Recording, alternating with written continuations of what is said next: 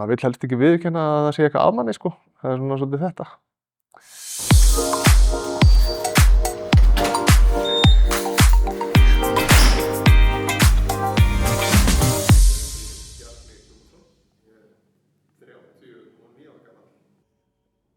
Já, herru, kannski betra að hafa mækinn hérna.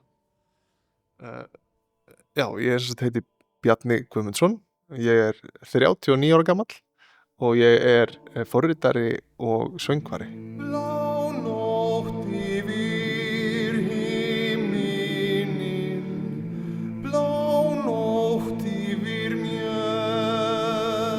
Kannski fyrsta atvikið þar sem að mig grunaði að væri kannski eitthvað ekki kannski eðlilegt í heyrninni minni var á fyrrihluta þrítugsaldurs. Þá vorum við vinir að taka svona heyrnatest sem var þannig að það byrjaði svona mælistika í 20.000 hertzum og fór svona hægt og rólega niður og þegar þú byrjaðir að heyra hljóðið þá áttir þú að rétta upp hönd.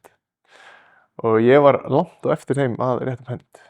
En svo fer ég einhverjum árum seinna í söngnám til Hollands og á öðru árun mínu þar þá verði ég fyrir svona alveg svona mjög skyndilegri breytingu í heyrninni minni. Ég vil meina að það komi í kjölfar þess að hafa verið inn á mjög háværum skemmtistað.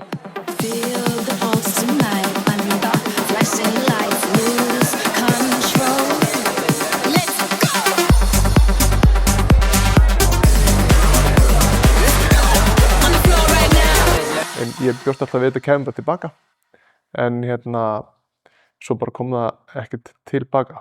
Þannig að eftir þessa skyndilega heyrnarskerðingu þá hef ég verið svona reglulega að fá svona einhver köst fyrir eyrun sem að lýsir sig bara þannig að það er eins og sé sett svona áldós utan eyrun á mér og fyrir að heyra svona bjaga mjög óþægilegt og mér finnst eins og það sé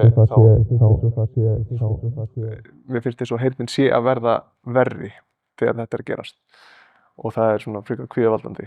Og þá kemur bara ljós að ég er með bara skemmt í innra eyra og það er vitað það að þetta kemur ekkert aftur og það var svona mómentið sem að ég var að hugsa að kannski hætta í söngnámi og fara að gera eitthvað annað en ákvað nú samt að einhvern veginn halda bara áfram í söngnáminu og klára það og er að starfa sem söngvari alveg 1,5 ár eftir það.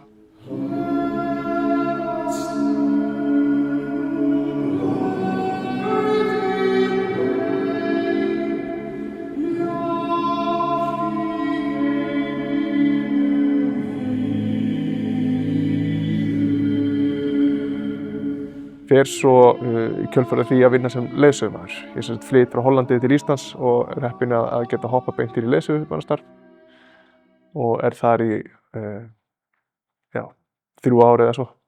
Mér fannst það alveg óbúslega gaman.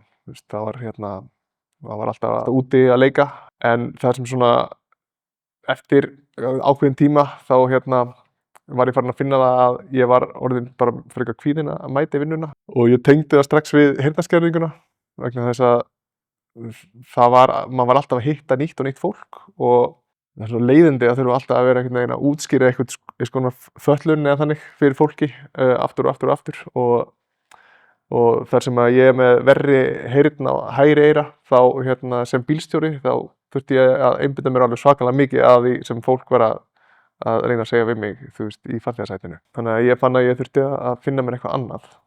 Þannig að þegar COVID skall á þá ákvað ég að svona elta kannski gamlan draum og það var að læra svolítið inn á forritun. Þannig að ég fór í tölvunarfræði í háskólanum og er núna síðan 2022 búinn að vera að starfa sem forritari.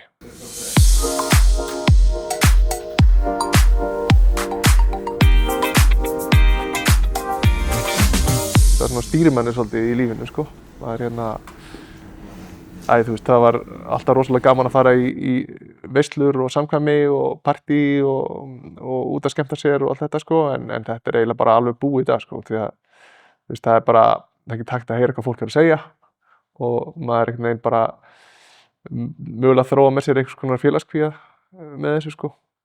Þannig að manni finnst bara best að vera bara heima hjá sér og eða þú veist, auðvitað er mjög gaman að hitta fólk og vera þá bara kannski í svona rólegri aðstæðum sko.